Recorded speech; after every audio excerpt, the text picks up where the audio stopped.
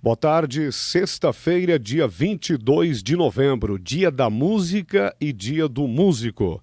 Já se passaram 326 dias do ano, restando 39 dias para o próximo ano, estamos na lua minguante.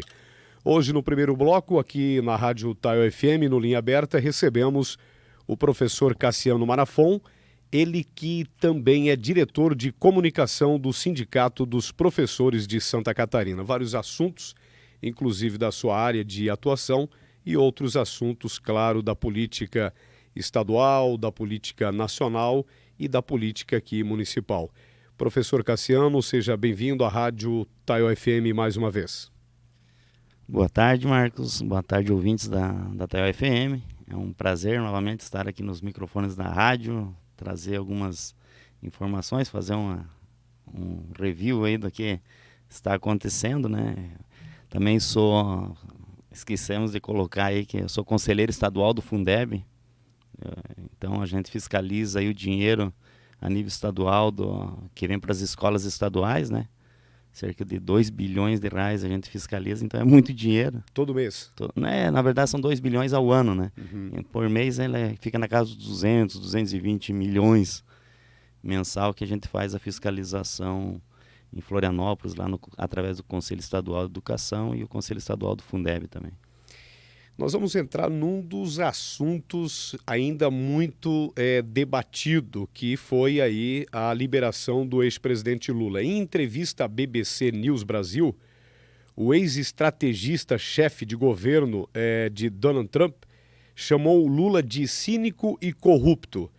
Ele diz que o petista foi corrompido pelo poder e sugere que seu retorno significará a volta da corrupção ao Brasil. O professor concorda? Olha, eu vou dizer que dentro da política você desqualificar os opositores é uma tática muito velha, né? Eu acho que o Lula fez uns bons mandatos, 2 bons mandatos, saiu com 87% de aprovação e tem alguns problemas que ocorreram dentro do mandato dele e dentro do mandato de outros também. E eu acho que a corrupção não está vinculada ao Lula. Se fosse assim, se tivesse a corrupção fosse um problema do Lula, um problema do PT, um problema de algum partido que fosse, era muito simples. A gente eliminava o partido, eliminava o Lula, tirava o Lula, prendia o Lula e pronto, nós ia viver no mar de rosas. Mas infelizmente não é verdade, porque tem corrupção em todos os cantos. Se pegarmos os procedimentos legais, desde uma Câmara de Vereadores, de uma prefeitura, Assembleia Estadual, Assembleia Legislativa Estadual, Congresso Nacional, Governo do Estado, eu vou dizer, não tem um que não tenha problema. Então sempre vai ter. E o problema da corrupção ela é generalizada, infelizmente, porque as pessoas sempre tentam tirar um proveito do setor público, seja o proveito que for.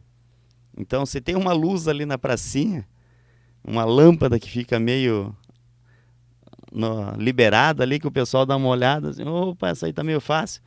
2 dias depois ela não vai mais estar ali, porque a grande maioria da população acha que o público é alguma coisa que, se você puder pegar, você pode pegar, que não vai ter problema. Então, eu vejo que a corrupção ela é muito ruim para o país. E eu uso um exemplo que, como professor, eu uso um exemplo que eu acho que simboliza muito a corrupção. E o governante, independente dele ser corrupto ou não, dentro do governo dele vai ter corrupção, mesmo que ele não seja corrupto ou sendo corrupto. Vamos pegar o exemplo do Sérgio Cabral. Aquele é mestre, né? Aquele mostrou mesmo como é um governo corrupto, que rouba mesmo. Porque o cara roubou milhões. Não sei se não está na casa dos bilhões já até, que ele assumiu o roubo.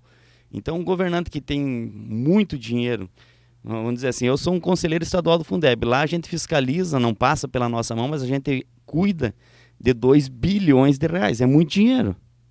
É muito dinheiro. E se o governo tentar fazer alguma falcatrua com aquilo lá e a gente descobrir e ele tentar subornar a gente, entendeu? Então, assim, são muito fáceis de acontecer os pequenos delitos, assim como os grandes. Aí eu vou te dizer o exemplo que eu sempre uso. Quando a pessoa vem falar de corrupção, como que esse prefeito não sabia, como que esse governador não sabia que tem corrupção, como que o presidente Lula não sabia. Eu sou professor.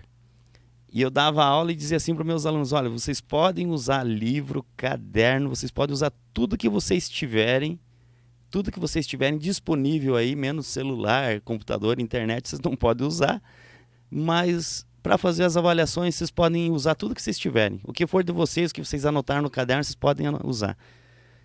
E estava lá 30 alunos, um atrás do outro, em 4, 5 filas dentro da sala de aula, e eu lá na frente, em pé, olhando para eles, circulando dentro da sala, cuidando para ninguém colar, para um não passar a cola para outro. Daí depois, quando passava lá no terceirão e coisa, daí eles chegavam para mim, o professor ficava lá cuidando da gente, mas eu colei lá assim, assim, assim.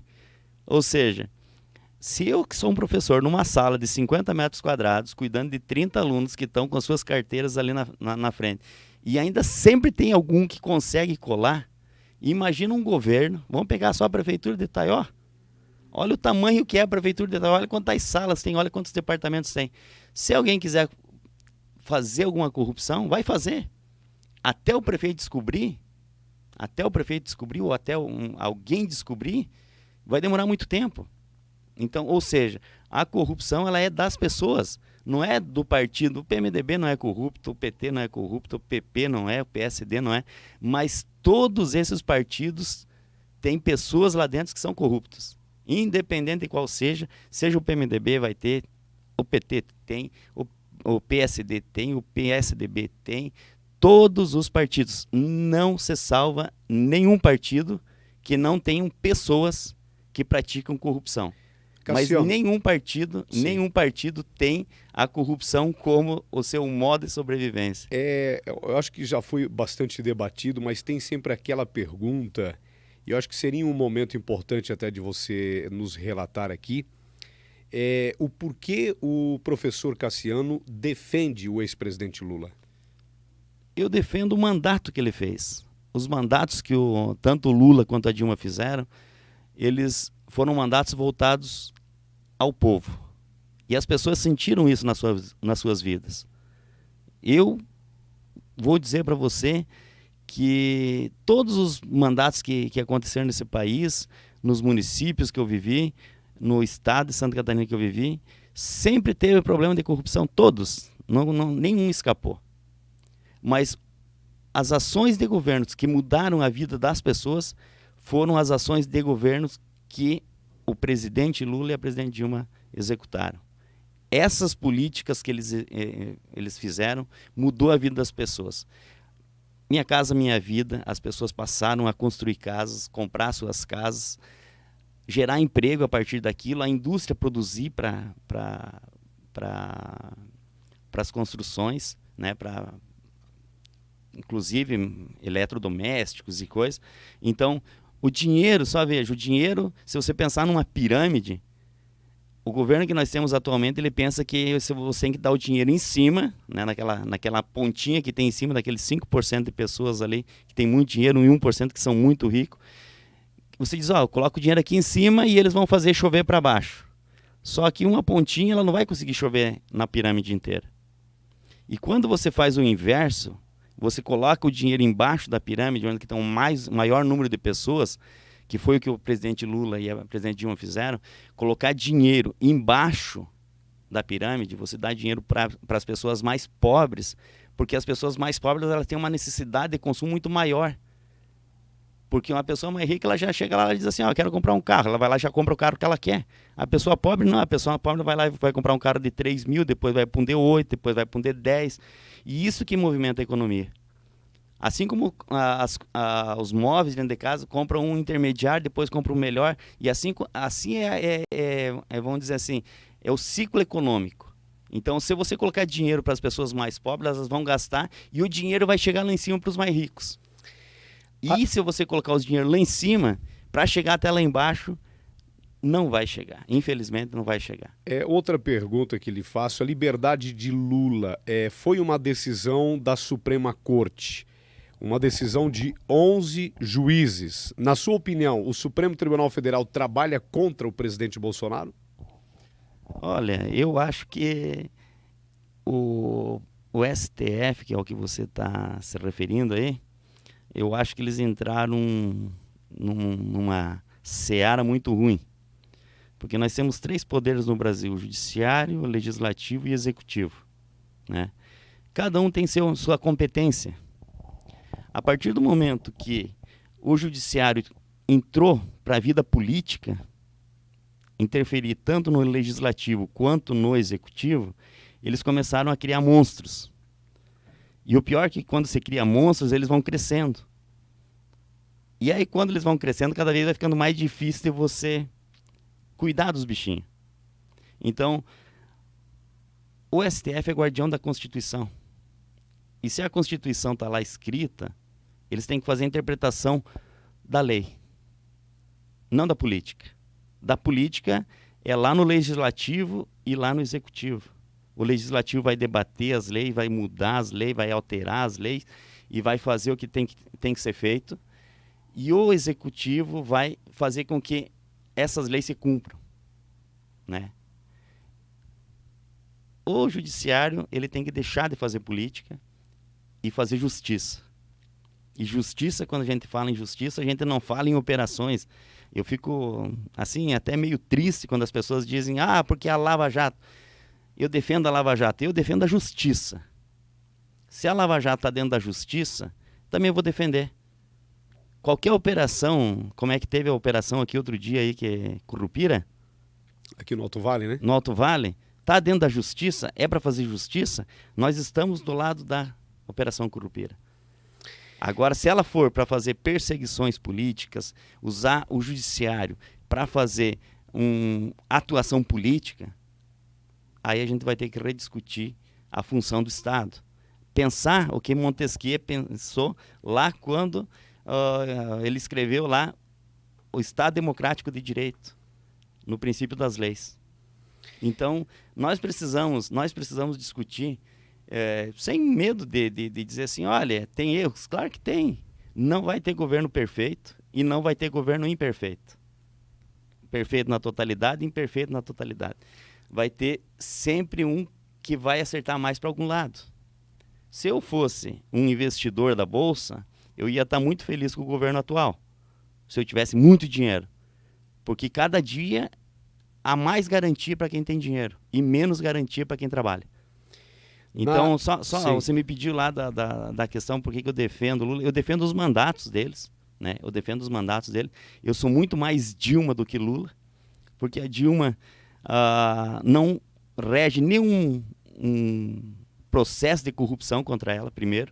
Segundo, todos os corruptos que tem nesse país se voltaram contra ela, porque ela não aceitou fazer acordo com o corrupto. Não aceitou, por isso que ela caiu. Por isso que ela não aceitou fazer acordo com o Eduardo Cunha.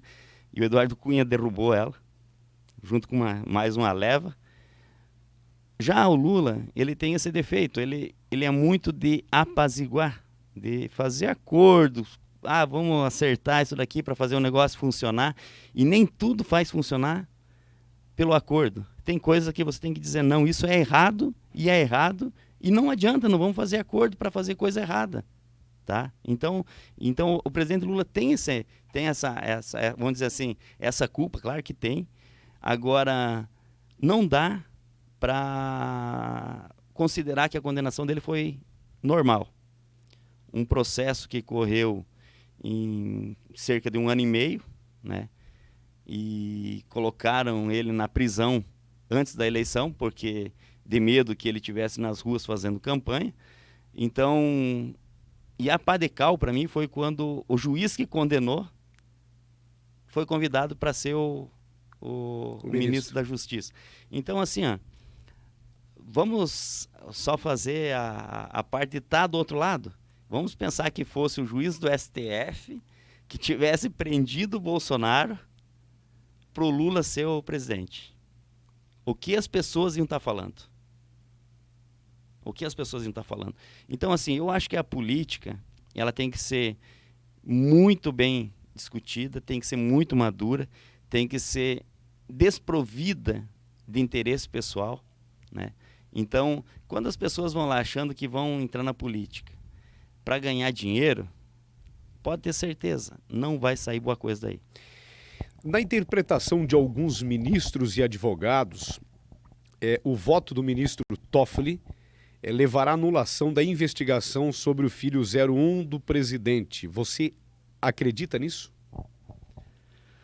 Olha, eu até estava acompanhando lá em casa antes de vir aqui essa discussão desse julgamento. Eu, assim, ó, eu não tenho um conhecimento vasto jurídico disso daí. E dentro do que eu estava ouvindo, eu vou dizer assim, nós temos uma prerrogativa constitucional que diz o seguinte, a inviolabilidade, inviolável, né? Nós temos os dados invioláveis de telefone, banco, a não ser que seja por uma decisão judicial. Aí quando você pega que um órgão de governo, vou defender o filho do presidente aí, quando você pega que um órgão do governo, que é para controlar a corrupção, ele atua por seletividade, vamos dizer assim. Ó, esse aqui eu acho que tem corrupção aqui, vamos investigar. Então, quando você pega essas seletividades, você acaba tendo alguns problemas. Foi o voto que eu estava ouvindo lá, tá? Sim. Então, se o critério tiver mais claro, mais definido, ó, movimentou mais que isso, dessa maneira, vai ser encaminhado para o Ministério Público para esse dinheiro corresponde a divisas internacionais, vai para o Ministério Público e para a Polícia Federal. Certo? Então, esse é o procedimento padrão. Eles vão investigar. Tem um indício, né? Sem a opção dos dados ainda, mas tem um indício e vai ser investigado. Transações nacionais, indícios de corrupção, ó, vai ser Polícia Civil e vai ser Ministério Público Estadual. Então, tem que estar definido isso em lei. Tem que estar definido isso em lei. Se não está em lei, aí fica na descrição do judiciário fazer isso. Sinceramente, eu quero dizer que eu acho que extrapola as competências constitucionais você acessar os dados de uma pessoa sem a decisão judicial. Foi isso que o Toffoli disse. Olha, para você pegar esses dados e esmiuçar eles, você vai ter que ter uma ordem judicial, porque senão você vai estar quebrando uma prerrogativa constitucional. Eu entendo dessa maneira, porque se nós temos esse direito dentro da Constituição, eu acho que o STF tem que salvaguardar isso daí. Se o entendimento deles for diferente, eu não sou perito, eles que estão lá discutindo, mas eu vejo dessa maneira, porque o voto que eu estava escutando lá, que tanto do Toffoli quanto do Alexandre de Moraes, que estava falando sobre isso, e o problema da seletividade. Né? A seletividade, porque daí se você tem lá 50 casos, aí você vai lá e diz assim, opa, esse aqui é meu adversário político, pega esse aqui para mim. Então não pode ser assim, então tem que ser um critério de régua, né? Chegou naquela régua, ó, esse vai para investigação. Você acredita que a onda da direita ou a onda Bolsonaro estaria se desfazendo mais rápido do que se imaginaria a partir de todos esses eventos que estão acontecendo? Olha, o que eu posso te dizer? As pessoas votaram por mudança. Foi isso que as pessoas votaram por uma mudança radical. E não é... E eu digo assim, as pessoas colocaram os monstros que tinham dentro delas para fora, porque as pessoas definem assim, ó, se você não concorda, você tem que morrer, você tem que ser estuprado, tua filha tem que ser estuprada, tem que ser assaltado, tem que te assaltar e te matar. Então assim, ó, esse tipo de coisa colocou muita gente a se expor do que realmente pensa. Então isso é muito ruim para a sociedade e muito ruim quando alguém que é vamos dizer assim, a maior autoridade do país, incentiva isso. Quando ele diz assim, olha, meu filho não vai namorar com uma pessoa negra porque eles foram bem educados, foram bem criados. Como assim? Tem alguma diferença entre o negro e o branco? Por que vai, se eles foram bem educados, então o negro é mal educado? Então, assim, ó, tem uma série de declarações do presidente assim, ó, de cunho fascista mesmo. Né? Do fascismo é pessoas que negam a democracia. Né, que não aceitam as pessoas que pensam diferente. Então, quando alguém diz assim, olha, você pensa diferente do que eu penso, você tem que morrer, você tem que sair daqui, você tem que ser eliminado, você não presta. Não é assim. Eu acho que todo mundo tem o direito de pensar, de se expressar, sem ter que ficar sob pressão da sua opinião. Porque cada um tem uma base de conhecimento diferente. Eu tenho uma, você tem outra, a outra pessoa tem outra, e dentro desse conhecimento você vai emitir opinião. Eu gosto de emitir opinião e eu imito mesmo, as pessoas não gostam muitas vezes, por quê? Porque estão acostumadas com uma concordância de coisas que não tem lógica. Eu coloco o que eu penso dentro de uma lógica e mantenho essa lógica. Né? Então, para mim, a onda Bolsonaro foi uma onda de mudança, que as pessoas queriam mudança, porque queriam que a vida melhorasse, né? Queriam que a vida melhorasse, mas para melhorar, eu acho que nós precisamos incluir todo mundo, porque eu não posso melhorar a minha vida se o meu vizinho está passando fome, porque daqui a pouco ele vai pular lá lá da minha casa para pegar um saco de arroz, um pacote de arroz, de açúcar. Então, assim, ó, a vida melhora quando a melhor de todos. Melhorando a minha vida, melhora a tua. Seu comerciante vende mais, porque eu compro mais, ele vai estar mais disposto a anunciar aqui na rádio, vai estar mais disposto a fazer propaganda, vai estar mais disposto a contratar mais. Então, é isso que as pessoas, dentro do sistema capitalista, elas é o quê? É consumir. Quando você consegue consumir, quando você consegue melhorar a tua, vamos dizer assim, o teu poder de consumo, você vai dizer, não, a vida está boa, está melhorando, assim, a gente está conseguindo fazer isso, devagarzinho, mas estamos conseguindo, trabalhando, estamos batalhando, porque todo mundo batalha, entendeu? Todo mundo batalha. Tem gente que consegue mais, tem gente que consegue menos, às vezes pessoas que ganham a mesma coisa, um consegue fazer mais que o outro, porque tem prioridades diferentes. Então, a onda Bolsonaro foi dizer assim, não, nós queremos mudar porque nós queremos melhorar. E o que as pessoas estão vendo é que a vida delas está piorando. A grande massa que votou nele está, vamos dizer assim, está esperando essa melhora, que eu considero assim mais ou menos, que a gente que é mais velhinho, né, Marcos? A gente lembra do Collor? Quando ele assumiu, ele tirou o dinheiro de todo mundo, e todo mundo, mas é ruim, porque não sei o quê, mas vai melhorar. Aí você ligava a televisão, não, vai melhorar, porque era preciso para segurar a inflação, e daí a inflação veio lá, aí saiu o plano Collor lá, né? E aí no começo a inflação foi lá embaixo, os preços não subiam daquele jeito. Então você teve uma sensação de melhora, que aquilo foi se desgastando muito rápido, e ali que se abriu o mercado brasileiro para o comércio internacional, e piorou a vida. E foi piorando, e aí acabou naquela convulsão social que teve, que acabou no impeachment, que ele também foi absolvido. Na justiça ele foi absolvido, ele não cometeu crime nenhum. Foi tirar ele do poder politicamente também. Então, assim, se a vida melhorar, se as ações do governo melhorar a vida do povo, o povo vai acreditar no presidente. Se a vida piorar, ele vai ser o mais odiado dos presidentes.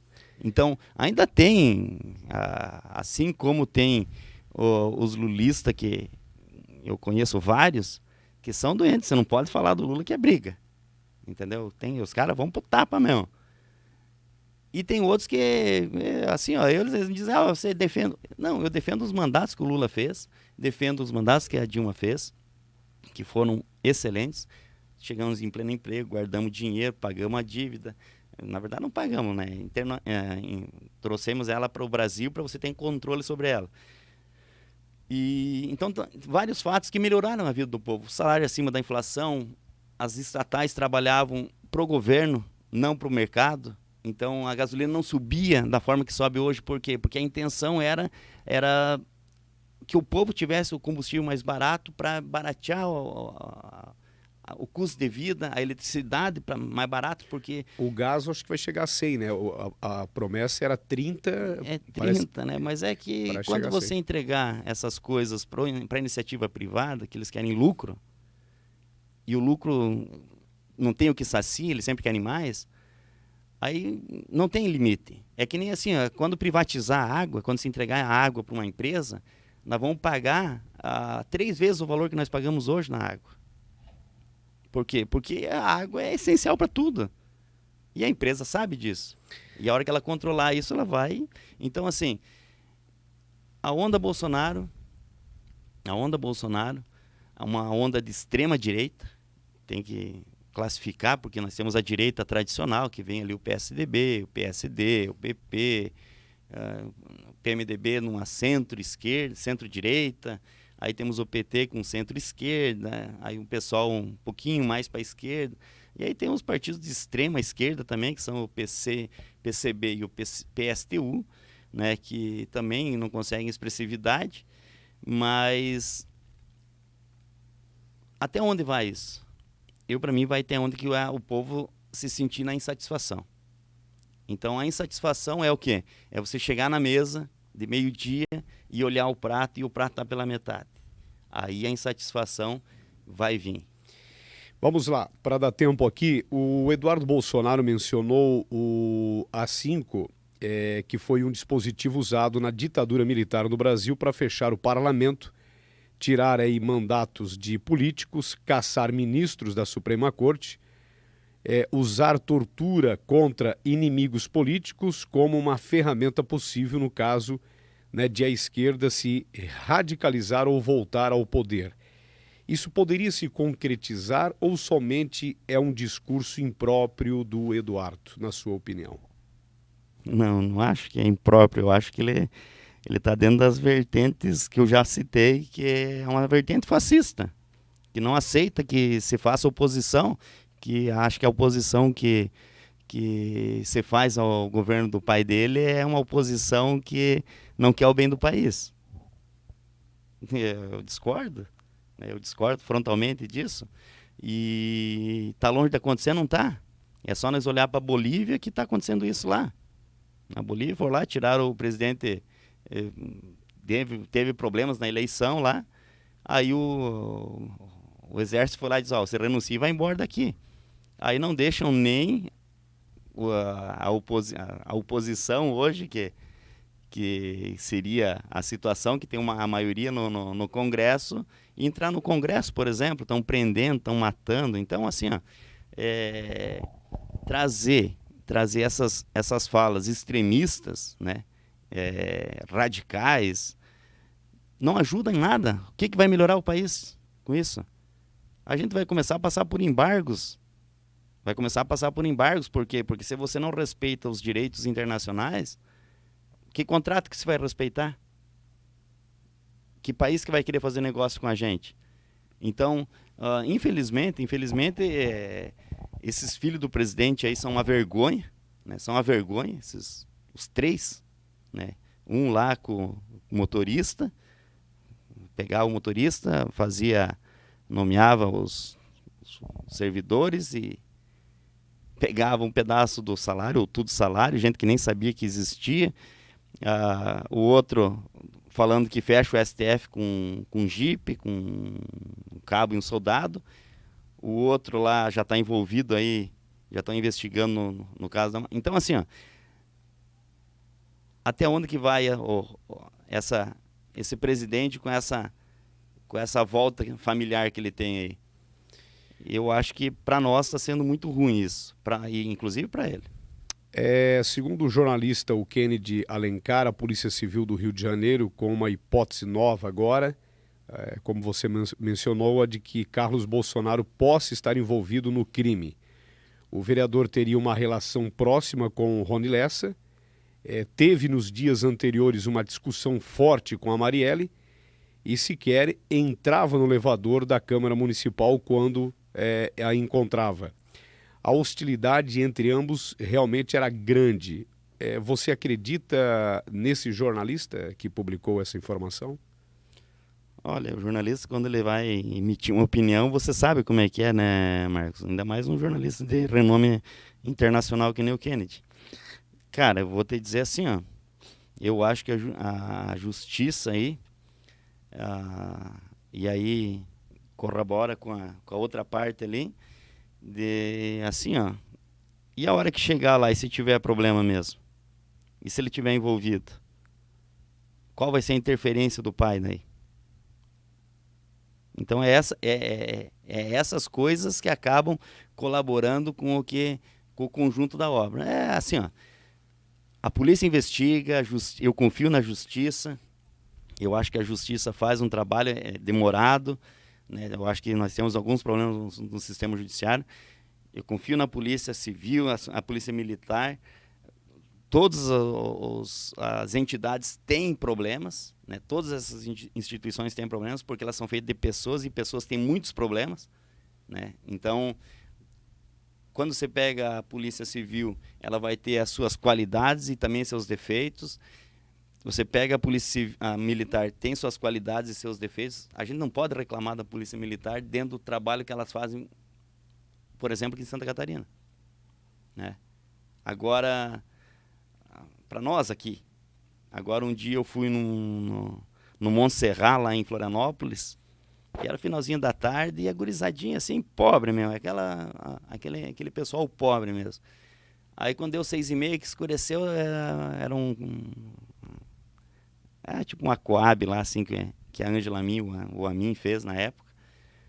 Aí as mães começaram a gritar, venha pra casa, venha pra casa. Daí eu pedi, mas por quê? Eles, cara, assim, ó, é que a polícia sobe, cara, e às vezes, do nada, eles começam a atirar. E aí, uma semana depois, eles acabaram, teve um jovem lá que foi atirado pela polícia, e essa comunidade que eu tinha ido lá fazer uma reunião na escola lá, eles estavam trancando a via expressa lá, porque acusavam a polícia de ter atirado num jovem que era um estudante. Então, assim, tem problema? Tem. Dos dois lados. Mas a gente precisa saber aonde que está o erro, né? Porque a polícia, ela está ali para proteger.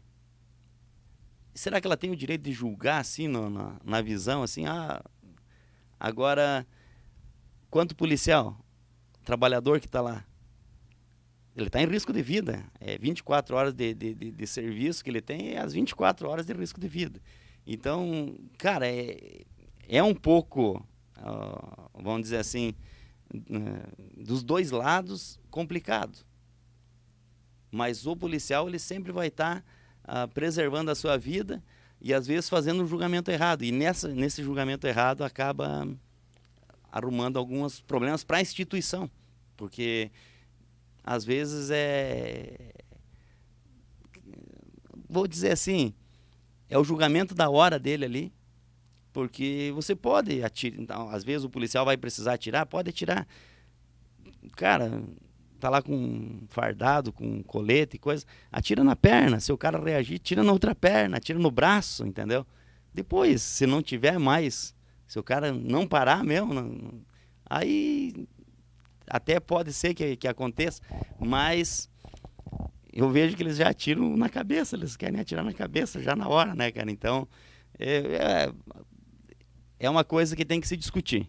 Se a polícia age corretamente dentro das ações e dentro do contexto que está colocado. O que está faltando nessas comunidades para a polícia agir com menos violência contra eles? Porque é uma reciprocidade, porque a gente não age com violência contra a polícia não age com violência contra a gente. E se a gente começar a ser violento com a polícia? Eles iam ser violentos com a gente. Então é isso que a gente precisa equilibrar. E aí nos grandes centros é um pouquinho mais complicado. Professor Cassiano, você tem sido muito cobrado por estar no WhatsApp durante o período comercial, podemos dizer assim. Como é a sua função no Sint? Você tem essa liberdade de usar o celular em horário de trabalho? O meu horário de trabalho depende do dia. Começa às 4 horas da manhã muitos dias e vai até a meia-noite, 1 hora. Então, eu atendo, cara, o que eu posso te dizer assim, ó? Eu atendo professores do estado inteiro. Como é impossível nós somos em 17 diretores no estado de Santa Catarina inteiro. Eu atendo professores de Taió, de Salete, de Pouso Redondo, de Rio do Sul, de Joinville, de Jaraguá, de Florianópolis, Criciúma, Chapecó, São Lourenço do Oeste. Tem gente que me procura bastante. Eu não posso... Se eu te disser assim, a cidade Caçador, todas as cidades que possa imaginar, eu tenho contato, as pessoas têm o meu contato. Né? Tá lá no site do sindicato e eles enviam um WhatsApp. Então, o meu trabalho, hoje, além de eu viajar muito, em torno de 4 a 5 mil quilômetros por mês que a gente faz de viagem a Florianópolis, em outras cidades aí, depende da agenda que nós temos. Eu trabalho muito no WhatsApp e, para mim, me facilita muito essa ferramenta. Porque se você tem uma dúvida, eu digo para eles, olha, você me manda essa dúvida, que se eu não souber, eu vou procurar e eu vou te responder. E se eu não te responder, como são muitas pessoas que procuram, você me cobra de novo que eu vou te responder. A gente vai achar uma saída para o teu caso, ou não. Tá? Então, alguns dias, realmente a gente fica, às vezes até minha esposa diz, você tem que delimitar o horário de trabalho. Porque o professor, muitas vezes, ele sai da escola às 11h30 e volta às 1h15. E nesse período, muitas vezes, o celular chega a esquentar. Porque as pessoas estão com a dúvida, daí eles vão lá, não, vou lá perguntar para o Cassiano, vou lá perguntar para o Vieira, vou lá perguntar para o Oswaldo, que são o pessoal da direção. Sim. Então, o que acontece? E aí você acaba respondendo. Nesse horário, outras vezes você não pode, porque às vezes você está viajando, às vezes está almoçando também, eu estou almoçando com a minha família, eu não vou lá pegar o celular para ficar respondendo. E aí, cara, tem dia que eu fico até às 4 horas para conseguir responder todo mundo, resolver os problemas, porque às vezes eu preciso de advogado, preciso conversar com o pessoal do sindicato, preciso conversar com uma outra pessoa, preciso conversar com o pessoal da Secretaria de Educação. Então, o meu trabalho hoje ele é 70% através do celular, Sim. E-mail, WhatsApp, principalmente. Isso é legal. Isso é legal. É que, na verdade, assim, ó, o nosso trabalho, nós somos liberados pela Lei Complementar número 58 do Estado de Santa Catarina. Então, eu tenho 40 horas que eu teria que ter na escola, eu estou à disposição do sindicato. E aí é o sindicato que faz o trabalho. Como que nós trabalhamos? Nós não temos horário para trabalho.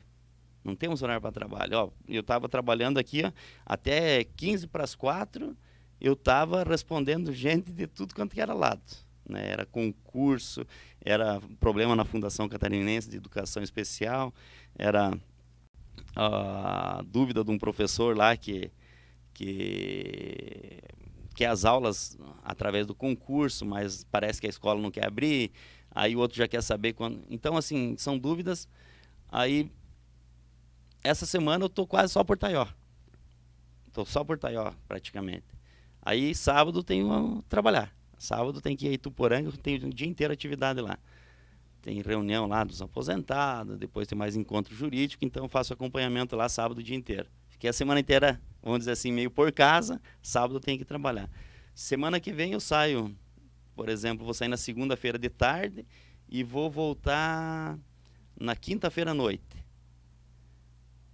No sábado, acho que está liberado, se eu não me engano. Na outra semana eu saio na terça-feira e volto no sábado. A gente tem um congresso latino-americano de educação e depois a gente tem uma plenária intercongressual da Confederação Nacional dos Trabalhadores de Educação. São 5 dias.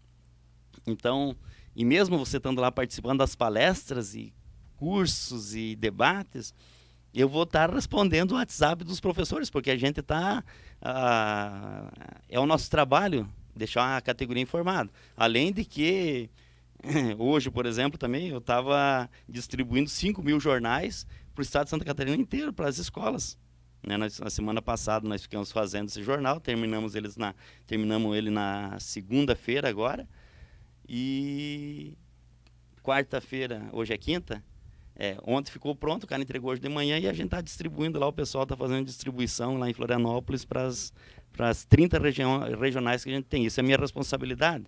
Então, o meu trabalho é muito virtual e quando não é virtual, eu estou na estrada. E às vezes eu estou no grupo da rádio e viajando e eu paro na estrada para responder esse povo, porque os caras me enxergam demais. Então, assim, ó, e não, o pior de tudo, Marcos, é que dentro do grupo da rádio que você se refere, é que as pessoas não debatem a ideia que está colocada lá. Eles ficam falando da minha vida, isso que me revolta. Porque se a pessoa quer falar, eu discordo do trabalho de sindicato por causa disso, tranquilo. Agora você falar da minha vida, que eu não sei o quê, que eu não sei o que eu penso. O que eu penso é indiferente. A pessoa tem que ter o pensamento dela. Se ela não concorda com o meu, só respeita, assim como eu respeito deles. Entendeu? Eu acho que não respeitar e não aceitar a opinião dos outros, o que eu sempre coloco lá, é um pensamento fascista. Porque a democracia é quando você respeita, não concorda, mas respeita a opinião dos outros. Mesmo que você não concorde. Eu não concordo com o Bolsonaro. Mas eu quero que ele termine o mandato dele, porque ele foi eleito pela maioria de votos desse país. Se tiver manifestação para tirar ele por causa do mandato dele, eu não vou. Eu não vou ir. Já falei lá no sindicato, eu não vou. Esse cara tem que terminar. Nós temos que ser democráticos. Nós não defendemos que a Dilma foi tirada por um golpe de Estado? Foi. Então nós não vamos pedir impeachment dele. E eu não vou pedir. Ele tem que terminar o mandato, porque para mostrar, para deixar ele dizer, eu sou de direita. Então, que mostre o que é um mandato de direita. Ele está mostrando. Aí as pessoas depois vão dizer assim, olha, o mandato de direita é isso.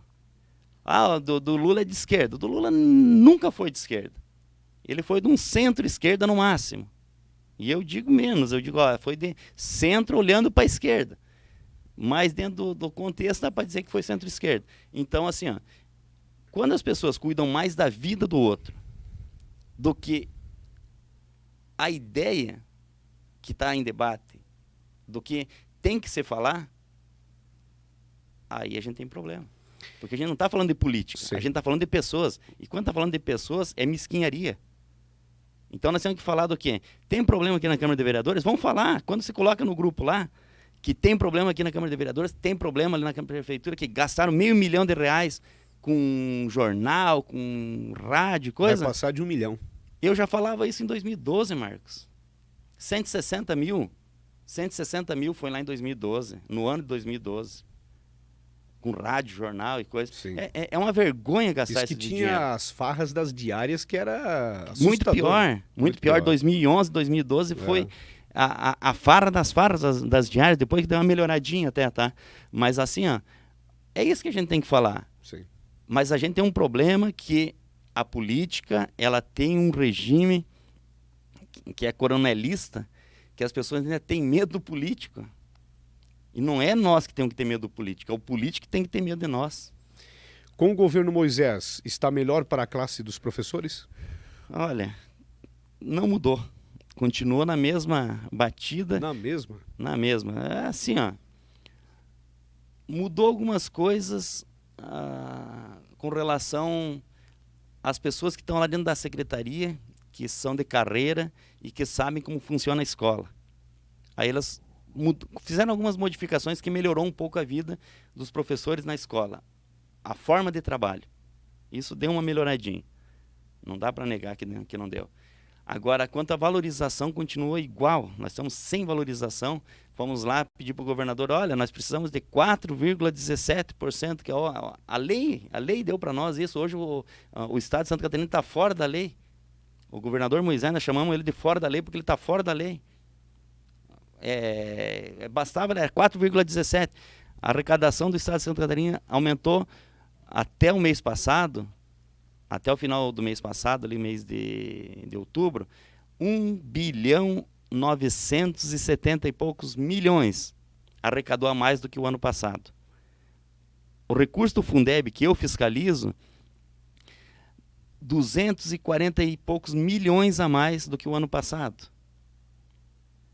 E aí, governador, dá os 4% para nós. A nossa folha de pagamento, toda a folha do pagamento do Estado de Santa Catarina, com os 64 mil professores que tem na rede, ela equivale a 162, 164 milhões de reais. Se ele desse esses 4,17% que a lei prevê, lá em janeiro, é muito fácil fazer a conta. 4% de 160 vai dar uns 65, 70 milhões se ele pagasse o ano inteiro. Se ele aumentou 240 milhões só no recurso do Fundeb, estava ali o dinheiro. Se aumentou quase 2 bilhões, era só para ele cumprir a lei. Ele dizia, estou cumprindo a lei. Eu sou um militar, sou um bombeiro, eu vou cumprir a lei porque a lei é o nosso norte. Pronto. E não está cumprindo. E não está cumprindo. E o pior de tudo, nós fomos lá na casa dele. Nós fomos na casa, nós fomos lá no centro administrativo 2 vezes. Ele não estava no centro administrativo, não tinha agenda. Fomos na casa dele, na casa da agronômica, as 2 vezes. Ele não estava em casa e não tinha agenda. Então, assim, ó, aonde que ele está trabalhando? Se ele não publica agenda, aonde que ele está trabalhando? O dia que nós tínhamos reunião lá para ele dizer se ia dar aumento para nós ou não, ele não foi na reunião e foi andar na biciclopeia da Oktoberfest. Ele deixou os professores sem nada para ele tomar chopp e andar na bicicletinha da Oktoberfest. Isso é um desrespeito para nós, é um descaso com o magistério. Antes da gente encerrar, sobre as eleições municipais em Itaió, o PT vai ter candidato a prefeito, a vereador, e com o Décio Lima no comando em Santa Catarina, o que muda? Olha, Marcos, o PT ele vai apresentar um projeto para a cidade, porque eu perdi as contas de quantos candidatos a prefeito já apareceu aí. Agora apareceu mais um do PMDB, né? O Peixinho, né? O Peixinho, o Capilé. Vai me ajudando aí. O Klaus. Não, você anunciou já com... Não. O Peixinho falou, né? Isso. Então o Peixinho, o Capilé, a Nerlise, o Nelson Guete. Me ajuda aí, tem mais? O Zeca lá da Agricomac. O José. José. Você apresentou aqui, né? O José. José Anderley. O Emerson da Delta Ativa. O Janjão. Também. Meu compadre, Janjão. Ginho. Mais algum? Agora, de momento aqui, eu não lembro. Então, assim, ó. Tá cheio de candidato, mas nenhum disse o que vai fazer. Qual o projeto que ele vai fazer? Como que ele vai tratar a educação? Como que ele vai tratar a administração? Mas não seria muito cedo ainda? É que para mim se discute primeiro o que a gente quer fazer com a cidade. E depois a gente discute quem vai ter possibilidade de tocar aquele projeto. Que não dá para você dizer assim, olha, você é o candidato, o que você vai fazer? Pergunta ali, tem que perguntar. O cara... Eu vou depois aprender quando eu estiver lá dentro. Não tem daí vai no Senai fazer curso. Sim. Para depois ser prefeito, então. Vai no Senai fazer curso. Então você vai entrar lá para fazer, porque ali não é para aprendiz. Então, qual vai ser a metodologia de trabalho? Eu vou dar um exemplo. O Amir, na campanha dele, meu amigo, está tocando a gestão de 80%, 90% do que ele falou na campanha ele está tocando, mas ele disse uma coisa que eu marquei. E ele disse assim, eu sou muito democrático. Mas quando a gente fala em democracia, a gente fala em participação. E aí a gente tem que pensar o seguinte, e essa é uma crítica que eu vou fazer para ele, falo para ele na frente dele também. Qual foi a forma que ele encontrou das pessoas participarem do governo dele? E eu não encontrei nenhuma. Porque quando eu vou falar com ele, já falei várias vezes, e ele diz, dá ideia, Cassiano. Não, mas eu tenho que dar ideia no local apropriado para isso, para que ver se as pessoas que vão estar ali vão concordar com aquilo ali, porque isso é a minha ideia. E quando a gente fala em democracia, a gente fala em ouvir o maior número de pessoas. Nós estamos indo para o 4º ano, não tivemos audiência pública, não tivemos reunião em comunidade, não tivemos direcionamento de orçamento, um orçamento participativo, dizer assim, olha, nós vamos guardar 100 mil reais para nós fazer tal coisa. Nada. Então, na questão da participação, da democracia, que ele falou que ele era democrático, então se ele é democrático, ele tem que abrir a prefeitura para as pessoas participarem, eu acho que ele está falhando. Talvez ele vai fazer no último ano, mas daí no último ano vai ser meio tarde para mim, porque eu acho que essa questão da democracia da gestão, ela tem que vir no primeiro dia. Então, como que vai ser como que esses candidatos eles estão pensando em qual... tinha o Thiago Maestre também, que nós esquecemos. Sim. Senão depois os caras dizem, não falou de mim lá que eu sou candidato também, vamos tocar a roda aí. Então, o que acontece? Quando nós vamos falar de município, a gente tem que falar qual é o projeto e qual é o modelo que nós vamos tocar. Você é o pré-candidato a prefeito pelo PT? Não, o PT não tem pré-candidato. Nós vamos sentar lá hoje de noite, nós temos reunião até, e nós vamos sentar lá e vamos decidir como que nós vamos tratar esse projeto para a cidade. Como que nós vamos tratar a gestão? A gestão vai ser o prefeito que determina tudo ou a gente vai democratizar ela? A gente vai achar um grupo de pessoas que tem que ter participação do pessoal lá da Laranjeira, do Curisco, do Pinheiro. Vai ter candidato? Não sei. É o partido que define. Mas o primeiro passo é o projeto. E aí quando a gente tiver o projeto pronto, a gente vai tentar conversar Sim. com os demais que tiverem projeto. Porque quem tem candidato, a gente não vai conversar. Porque a gente quer saber do projeto. Que cidade que essas pessoas que estão aí se apresentando vão apresentar para a sociedade taiuense. Rapidamente, o Décio Lima no comando. Olha, não muda muito. Eu acho que as disputas internas do PT são muito ruins. Disputa meio que não deveria acontecer, mas acontece. Mas ele toca a agenda dele como presidente, faz um envolvimento, tinha mandato, não tem mais, perdeu uma certa força e coisa, mas é um presidente como o outro, está tocando o partido dentro do regimento do PT, então acredito que não vejo problema, assim, eu acho que poderia ser melhor? Poderia, mas dentro do conjunto que nós estamos hoje, eu acho que ele tem uma certa dificuldade, porque a sociedade mesmo, o conjunto da obra está dificultando o trabalho do PT. Para a gente finalizar, Cassiano, cresce fortemente a ascensão do nome do vereador Capilé como pré-candidato a prefeito. Você acredita que o povo vai realmente mudar e votar em alguém que seja do povo e não ligado a grandes empresas? Olha, Marcos, sempre vem esse debate nas eleições, sabe? Que as pessoas, porque esse é da empresa, esse é não sei o quê, esse é daquilo lá. Eu acho que fica muito vinculado. O Capilé, grande pessoa, acho que está fazendo um excelente trabalho como vereador. Também tem seus problemas de trabalho, na questão, assim, a minha primeira crítica a ele é assim, se eu fosse um vereador, se eu tivesse me elegido lá em 2012, quando foi vereador, eu ia sair da escola e ia virar só vereador. Eu ia trabalhar exclusivamente como vereador. Eu ia pegar essas licitações e acompanhar os caras lá fazendo a licitação, ia lá ver se na obra se iam estar colocando o produto certinho. Antes de lançar a licitação, queria ver se as empresas estavam sendo contratadas, estavam sendo contactadas, que tinham interesse de fazer a participação.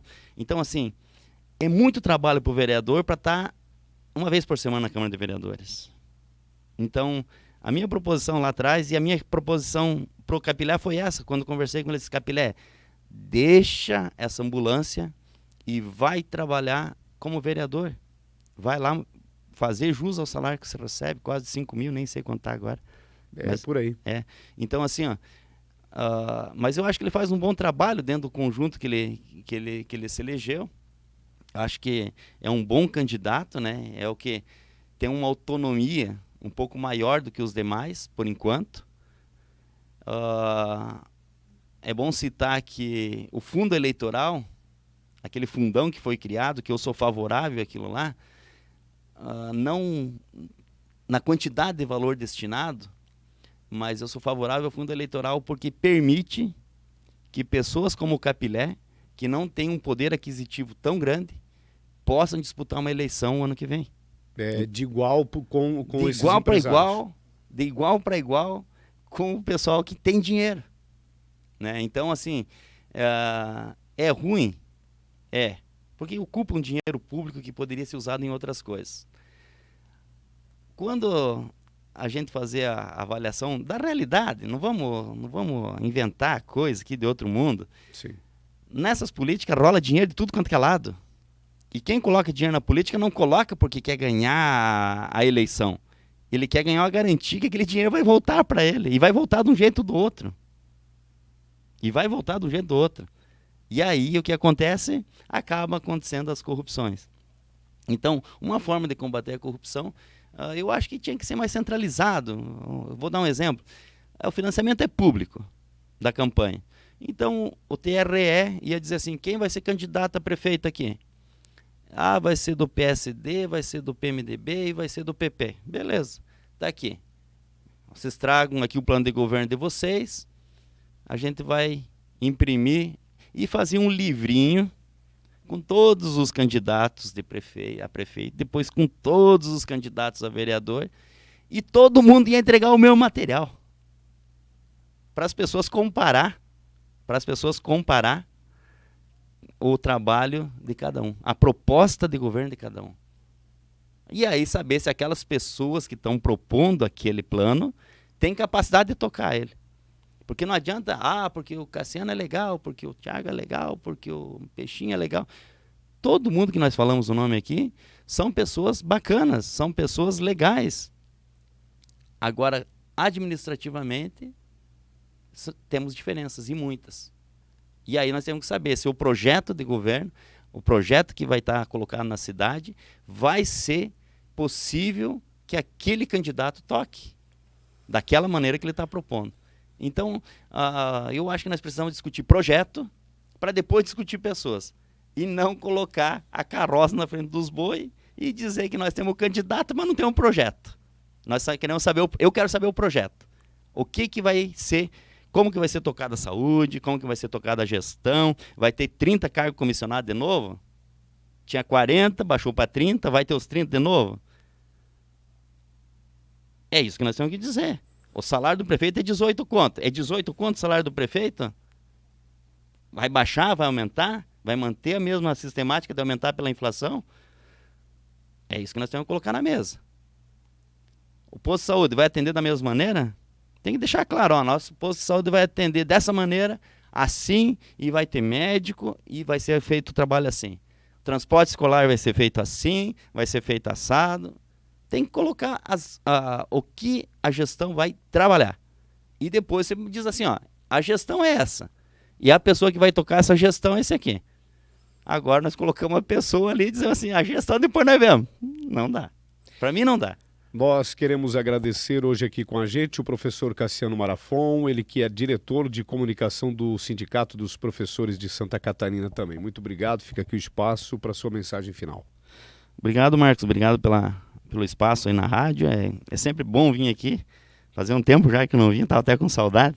E hoje sobrou um tempinho para a gente conseguir conversar e dizer que sempre estamos disponíveis aí para conversar com a sociedade, estamos disponíveis para fazer um debate sadio, democrático, respeitando as ideias, mas nós precisamos pensar na cidade, nós precisamos pensar nesse estado, nós precisamos pensar nos alunos que vão para a escola, nós precisamos discutir cada ação que o público fornece para essa sociedade.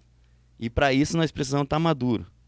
E não dá para nós fazer discussão sem ter conhecimento de causa. Se a gente quer fazer uma discussão, como você me perguntou da questão judiciária, eu não sou um conhecedor, então, como eu assisti um pouco, como eu li um pouquinho a respeito do assunto, Eu disse, olha, eu acho que as prerrogativas constitucionais são essas. Então, talvez a ajeitadinha lá, que o judiciário invade um pouco o legislativo e o executivo, acho que acaba complicando. Então, nós precisamos discutir com a sociedade o que é da sociedade. Então, se nós temos um problema público, nós temos que discutir em público, não em quatro paredes, que eu acho que dificulta muito. Então, muito obrigado, Marcos, obrigado aos ouvintes, e sempre estamos aí para fazer um bom debate, respeitoso, assim como respeitando quem respeita e não respeitando quem não respeita. Muito obrigado. Conversamos aqui hoje com o professor Cassiano Arafon, ele que também é diretor de comunicação do Sindicato dos Professores de Santa Catarina. Mais notícias a seguir aqui na nossa programação.